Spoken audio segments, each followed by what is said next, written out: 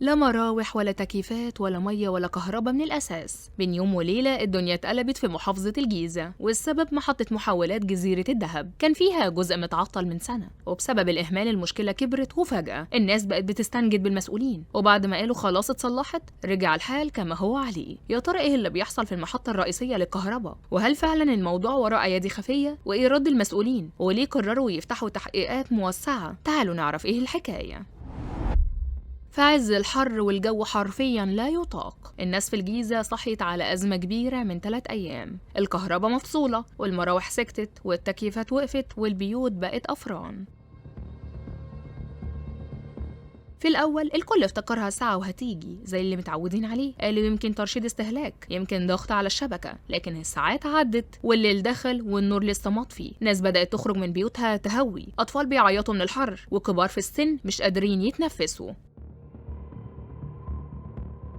ست طلعت لايف وهي بتعيط وقالت حرام عليكم، احنا بقالنا 3 ايام مش لاقيين ميه ساقعه ولا عارفين ننام. واللي طلعت تناشد المسؤولين وقالت انا عندي والدتي على جهاز اكسجين، ودي 3 مرة الكهرباء تقطع من غير ما نعرف نعمل ايه. الشكوى زادت والناس بدأت تسأل في ايه؟ ليه مفيش رد؟ ليه كل ده سايبيننا كده؟ بدأت الأخبار تطلع وتكشف الحكاية. محطة محولات جزيرة الدهب، واحدة من أكبر المحطات اللي بتغذي مناطق زي الهرم وفيصل والمنيب وساقية مكي، خرجت بالكامل من الخدمة.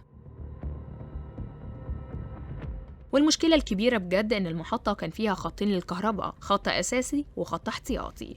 واللي اتفاجئ بيه الناس إن الخط الاحتياطي بايظ من أكتر من سنة ومحدش صلحه ولا حتى فكره، وده تحديدا اللي خلى بمجرد الخط الأساسي ما وقع ما كانش فيه بديل، وبالتالي كهرباء فصلت مرة واحدة عن آلاف البيوت من غير ولا خطة بديلة ولا حتى استعداد.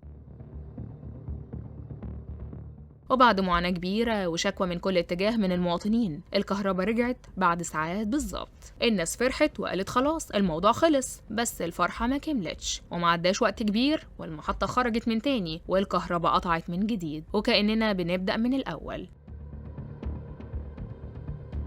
ساعتها الناس خرجت عن أعصابها، بيوت بالكامل بقت من غير مية، لأن محطات المية محتاجة كهرباء، غير اللي عندهم أولاد صغيرين ومحتاجين أجهزة طبية معينة أو شغلهم واقف.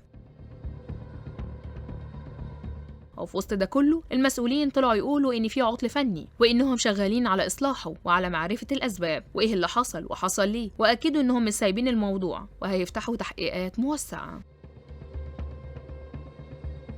بس السؤال اللي فضل في دماغ الكل، ليه أصلا ما تصلحش الخط الاحتياطي من سنة؟ وإيه السبب في العطل ده؟ وهل وراه أيادي خفية؟